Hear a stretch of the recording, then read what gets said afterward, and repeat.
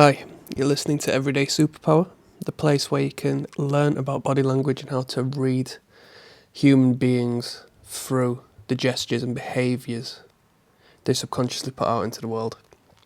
If you like what you hear and you want to continue understanding on a regular basis over these lessons how to completely head to toe read the human mind, click like, click subscribe, feel free to leave a comment, and let's get on with it. So, if you hear a ongoing stream of water in the background, like a waterfall, it's incredibly hot where I am. So that's a heads up, all right. I haven't left the tap running. So today we're talking about slapping the head or the neck and what this represents or what this could possibly represent, okay? Because you have to read these behaviours in instance with the surrounding matter, such as the environment and the form of communication it may possibly portray. So if you're in communication with this person, what have you just said or what have they just said or thought of, which has triggered this reaction, all right? So I went over briefly the rubbing of the back of the neck, and I speak on the back of the neck, not the side or the front of the neck, the back in particular, okay? I spoke of this in a earlier video. We call this a pain in the neck. When somebody's annoying or something's annoyed you or frustrated you, you may potentially rub the back of your neck to fight back the stress you're feeling, all right? Now, let's go into a little more depth as to why. So, it's a primitive reaction wired from when we were walking around on all fours and had a whole fur pelt, all right? So, just like a cat, when a cat is potentially threatened or stressed, the hairs on the animal will raise to make itself look more intimidating in the face of that threat, all right? So we are like that. We had hairs on the back of our neck which would raise to enhance our size and how we could potentially threaten those whom are threatening us. All right, now obviously we've lost all that hair, but we still have the muscles and the same biological trigger to action the muscles and that raising of the hair in us, which is really incredible, isn't it, to be fair? So when we're feeling threatened or angry, we will subconsciously put our hands to the back of our neck to rub about and to sort of, react with that now non-existent fur pelt which has been raised. Okay?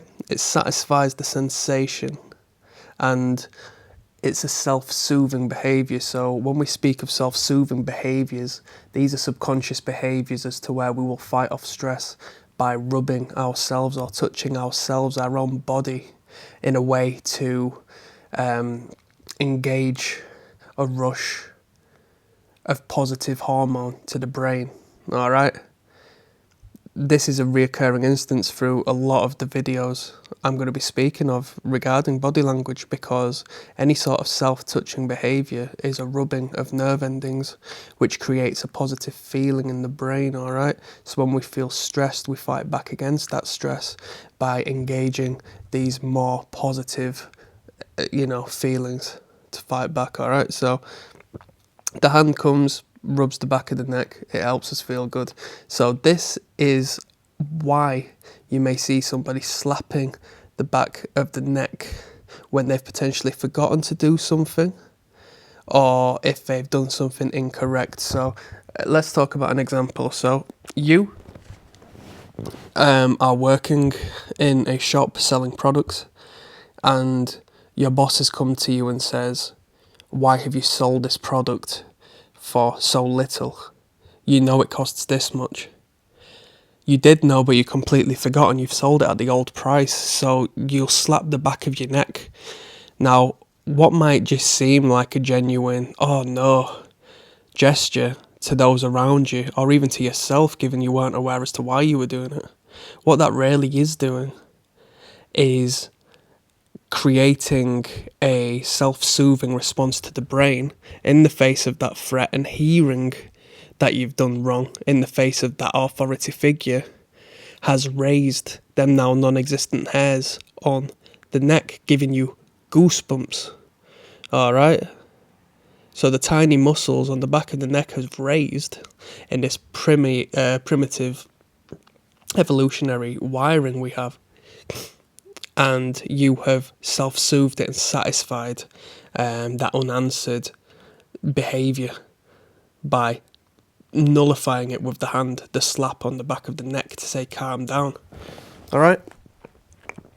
Now, another response we can have in the face of such an instance is the slapping of the forehead. Of course, not a beating of the forehead, but just a slight slap on the forehead, just as we would be doing on the back of the neck. Now, this is signalling a different message, okay? The slap on the forehead is a statement of, oh, I can't believe I've done it, but I'm not scared of what I've done. The back of the neck indicates that there's a serious stress in response to what they've done, but the slap of the head is, more so of a, a lack of real commitment to the issue. The slapping on the back of the neck indicates that you've triggered that primitive evolutionary response and engaged this stress in the human, whereas the slap on the head is, oh no, sorry, I won't do it again. But it's not an I won't do it again in the fact that they've been traumatised to some degree by the instance. So if you were that boss seeing this behaviour, I would believe more so the back of the neck rather than the front of the forehead, you see? Because one carries more weight than the other, although they may possibly be still communicating the same response of, oh shucks, I've done a bad thing.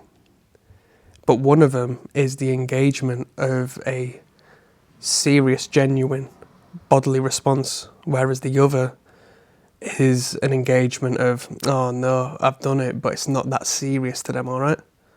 So if you enjoyed that, click like, click subscribe, leave a comment, I'm out.